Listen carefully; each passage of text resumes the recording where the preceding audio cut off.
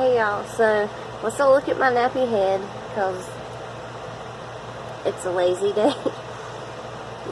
People were asking how can we afford this lifestyle because staying at campgrounds is expensive. So I thought I would make a little video to show you what we do to be frugal and save money, because we are not rich. We're probably not even average. We don't have a savings account. We don't have a oh no fund. We're just out here doing it, and we're taking it day by day, living in the moment, and jumping the hurdles as we get to them. So I hope this video gives you some sort of insight, and maybe teaches you something you didn't know, and maybe you'll be able to get out and camp more. So yeah, enjoy.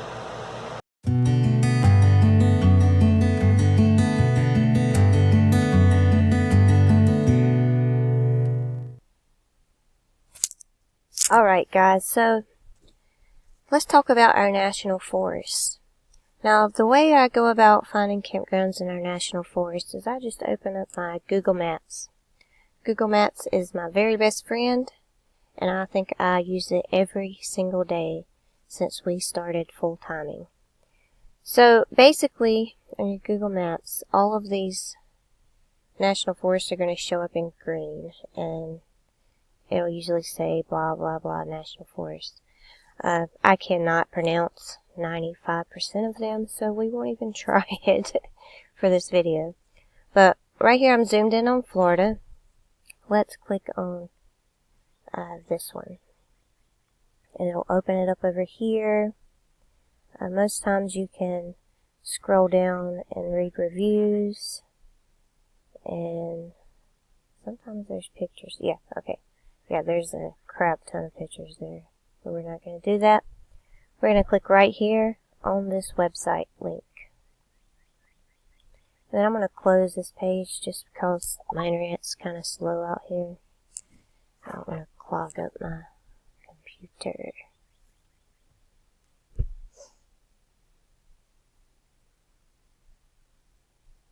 Do, do, do, do, do, do.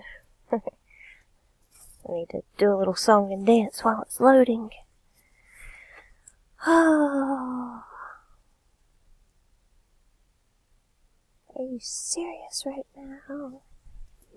Don't even ask.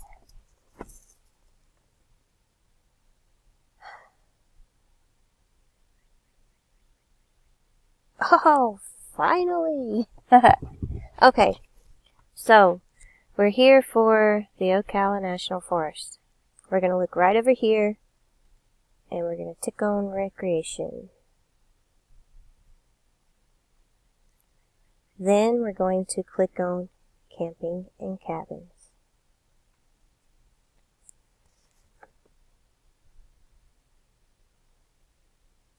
Alright, so here are your options. Most of the free camping is going to be under dispersed camping, but it's probably going to be 75% tent and hike-in camping under there. But always check, because sometimes there are RV spots. Just for the sake of video length, I'm not going to click on all of these. I'm in an RV, so I'm just going to click on RV camping. The majority of these campgrounds in the National Forest are going to range anywhere from $5 and up per night. Some will have full hookup, some will have just water, some will have water and sewer, some might be only electric, and some may not have anything. Let's click on Big Bass. Alright. So you can see that this is a seasonal campground. It is $10 per night. They do have water and a dump station.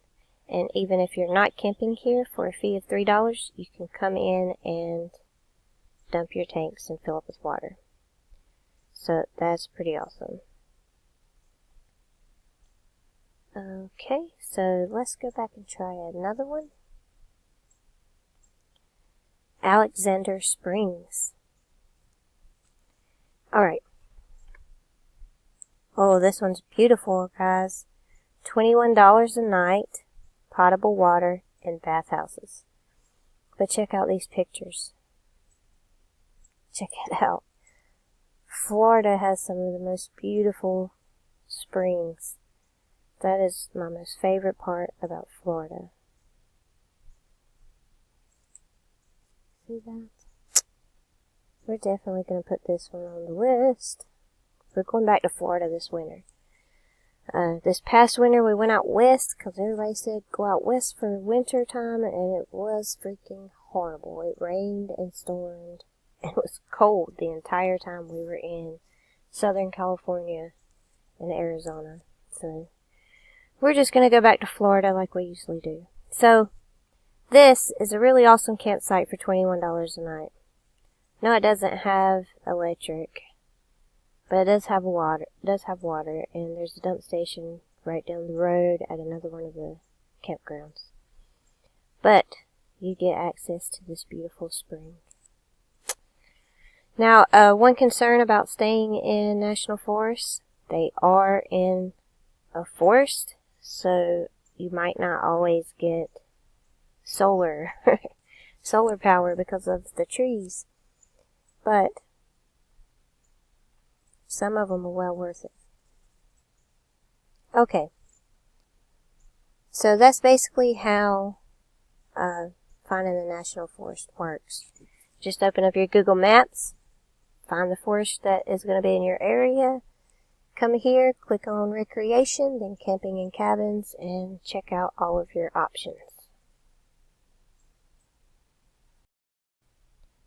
Alright, I'm going to try and go over these two websites very quickly, because this video is already getting longer than I wanted it to be. I know nobody likes to sit down and watch a 30-minute video on YouTube. So, most of you probably already know these campsites, but if you're new to RVing, you may not. So, freecampsites.net, it is a place to find free campsites, paid campsites, which most are $12 and under, permit campsites, and then research. I don't know really what that means. Maybe you need to do more research on the campground. But I stick with these three. Alright, so you can enter a location here and look in a specific spot. You can use the GPS and find where you're at and see what's close to you. But for time purposes, I'm just going to use what showed up when I first came here. So this would be a paid campsite. You just click it, and you're going to get a brief description here, and then you can click here, and it's going to open up and give you more information. This is a free website, and you can create a free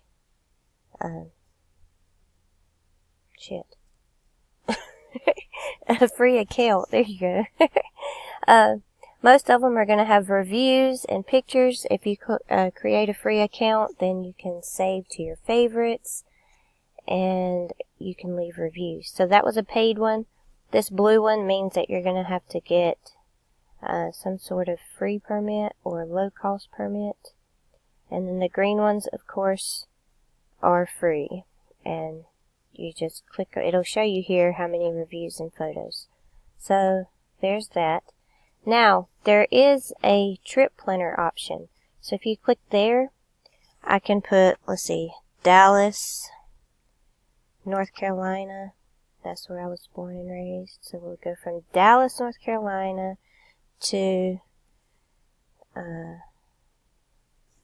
Pensacola, Florida. Alright. So you can just click plan route, or you can click options, maximum distance to search off of your route for campgrounds. I just put 50. You can avoid highways, tolls, ferries, yada yada. We like to avoid highways, so that's why that is in there as highlighted for our preferences. So when you click plan route, it's going to plan your route, and it's going to give you all of the campgrounds along your route. So that is a pretty nifty tool. You can't put in actual addresses, only city and state, so keep that in mind. Alright, so that is freecampsites.net. Now another nice one is Campendium. You're going to find national forests, state parks, national parks, free camping, RV parks. So technically you could just use this website for everything. You can create a free account here, but free camping, you just click wherever you're at, Texas, and if you're under the free camping tab, it's just going to show you free places. And then you can just zoom in to bring up the campgrounds. Alright, so it's going to show you rest areas, and then you can click here and it'll tell you more about it. It's really awesome. You can add in filters, categories, sort by, and if you decide, well, it's fine if I pay a little bit, you can drag this up. Well, I don't want to pay more than $25 a night. Then now it's going to show you free and campgrounds that are in your price range. So that is Campendium, campendium.com. So freecampsites.net and campendium.com. And the reason I still use everything else along with this, because I have found campgrounds on freecampsites.net that are not on Campendium. So I like to use all of the options available to me, so that way I know I'm seeing everything. Here is a Florida camping tip, for free camping. They may have sites like this for other states, but we haven't, I haven't tried to look for them. But, this website, this blog, Gone with the Winds, they have done a fabulous job of organizing the Florida water management camping districts, okay? So you can see the link here. You can just write it down and punch it into your tab. They have a video here. Be sure to check that out. Show some support. But if you get to right here, here are all the links, okay? And they tell a little bit about all of the places they have visited. We have stayed in almost every campground for the Southwest Florida Water Management District. So we'll preview that one since I know the most about it. Alright. We're going to click on Recreation. Now most of these, they're all free. We never had to pay for any of them, but you do have to get a free permit unless they've changed something in the last year. Okay.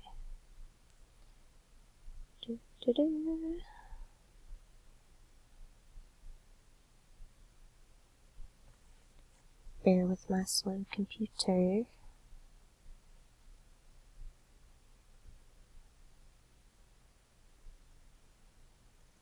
Alright, so these are all of the campsites you have to choose from.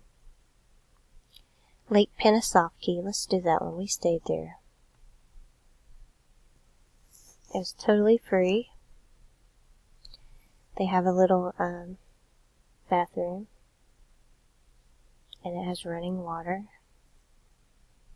sinks and whatever. Okay.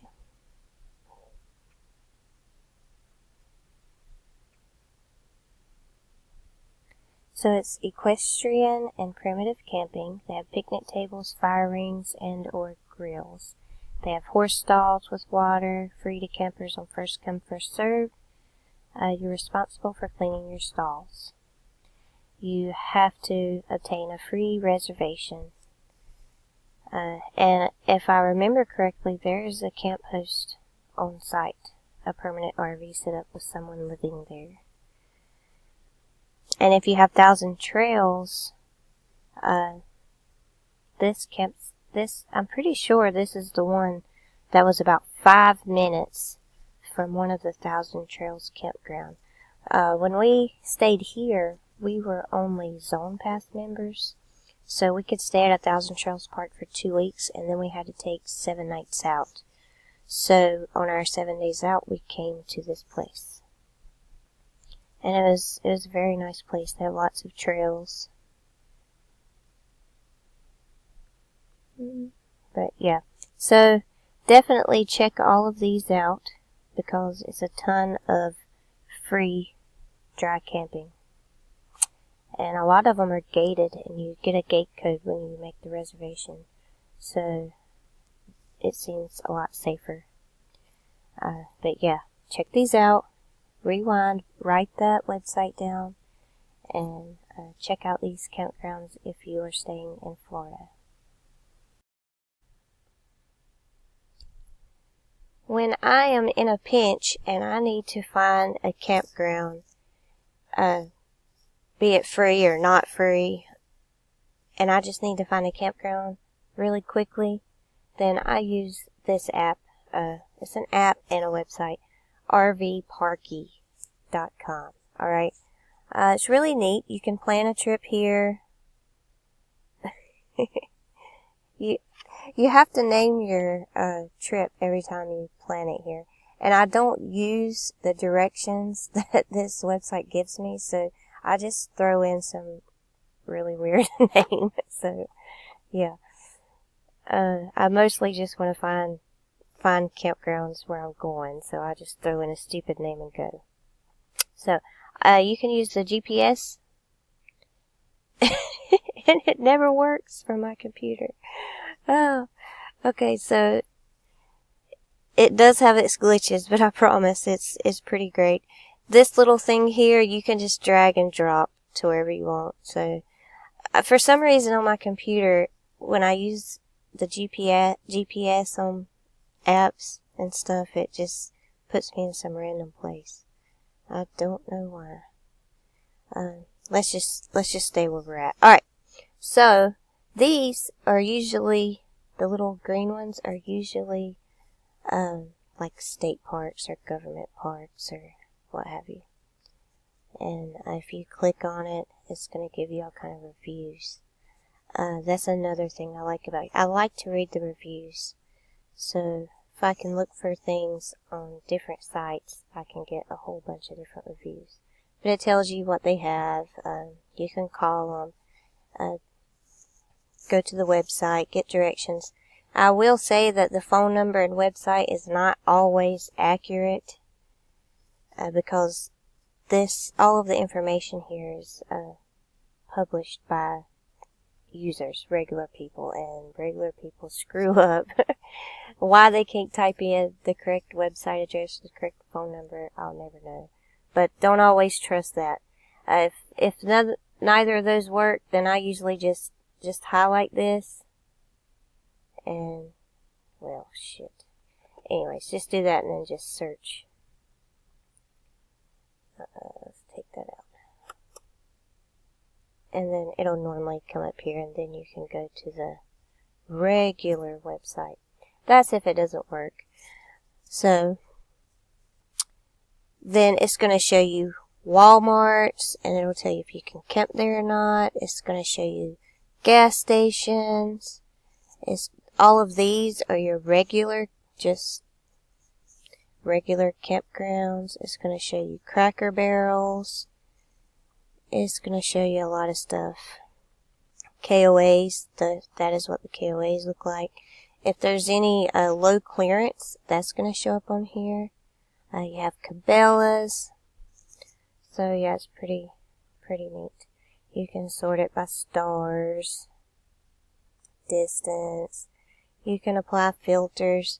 Now, if you don't want all of these things to show up, so you got the Yogi Bear and the casinos, I can take all of this off, say if I just wanted 55 and over parks, I could do that and just see those, which there is none in this area. But if you were down in Florida or Arizona, you're going to have a lot of 55 and over parks. But anyhow, this is a really nice website to use when you're searching for places. You have a little journal. You have your favorites. So, yeah. This is another resource that I use. Now, if it was just Frank and myself and the dogs, we would probably just do boondocking. But we have a teenager, and she enjoys, even though she says she doesn't like people, she thoroughly enjoys seeing other people and meeting other kids her age. And most times when you're boondocking, you're either going to be completely by yourself or you're going to be around just adults. And I feel it's important for her to sometimes, be around other kids, meet new friends, yada, yada, yada. So, we are members of Thousand Trails. I'm not going to go too much in detail because there's a million videos out there on Thousand Trails. Some good, some very, very bad reviews. But in my personal opinion, for the price you pay and for what you get, it is very well worth it if you're going to full-time, or if you just like to do weekend and vacation camping. This is still a good program to be a part of.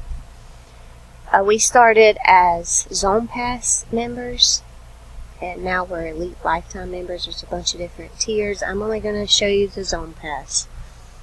This is what we started. So basically it's the United States are broken up into zones. Now you can order right here online, or you can call them. They like to negotiate. I'm just going to go ahead and tell you this. When we called, we ended up getting buy a zone, get a zone free.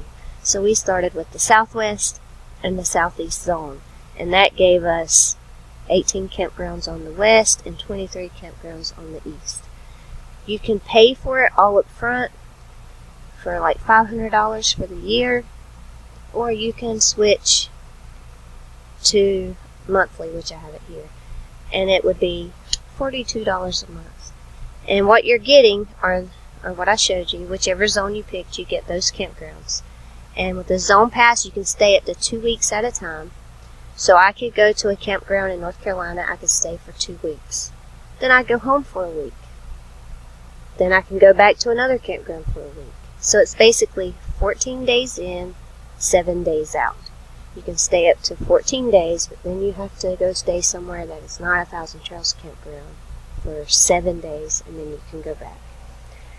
So you're basically getting 3 weeks of camping per month for $42. There's no extra nightly fees. It's just your $42 a month.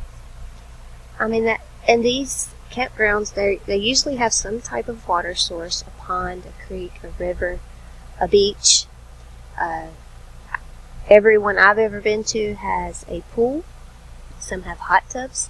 Some have gyms. They have playgrounds. They have activity centers. They have laundry rooms. They have shower and bath houses. They have a lot of things. A lot of them have canoe rentals. I mean, it's just a lot of stuff there. Dog parks. And before COVID, they had a lot of scheduled activities for children and adults. Guided hikes with a trail ranger, potlucks on the weekends. Everybody gets together and breaks a dish. Some of them have private church services for people that are into church. Yoga in the pool. I mean, it's just so much included. And it's different at each park. They all have putt-putt, tennis courts, basketball, horseshoes, cornhole. Just so much. And some even have restaurants, little cafes in there. The one we stayed at in Florida, they had a guy come up on the weekends, and he sold fresh, locally grown fruit and veggies. So for $42 a month, and you're getting to camp 3 weeks for $42 a month, tell me how that is not worth it. To me, the people that leave such bad reviews, they don't know what camping is. They are expecting some kind of 5-star hotel resort for $42 a month. I mean, it's ridiculous. So yeah, we thoroughly enjoy the Thousand Trails. And so many full-time families with kids have Thousand Trails membership. So you're going to see a lot of children there. And some even have like adult areas and children areas. So if you don't like kids, you're going to have areas to yourself. Like some we went to have adult pools and child pools and adult lodges and child lodges.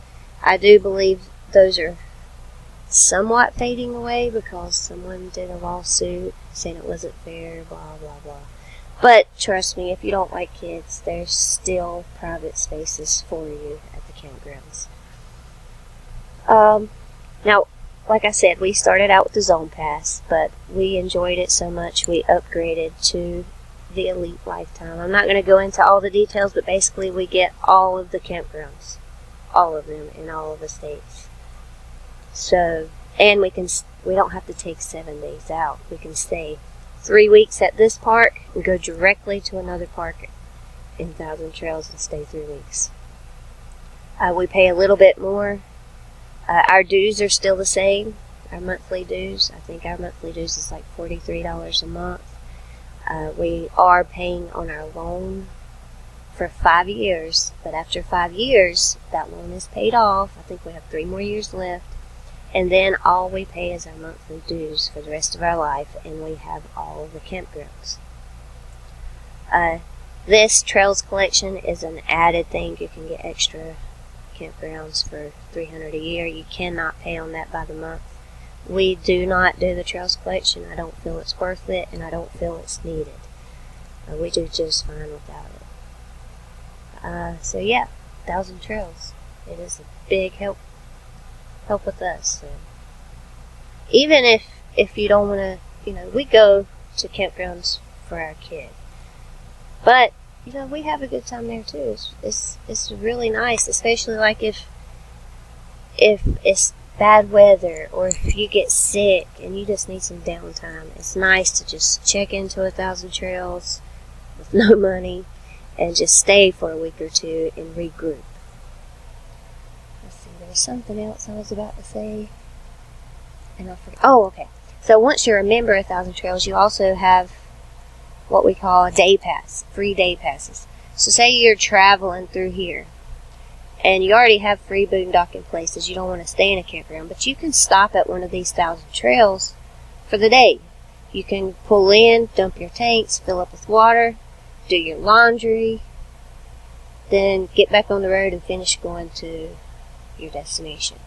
So yeah, that comes in handy too. So Thousand Trails. They're not perfect, but definitely worth it for the price.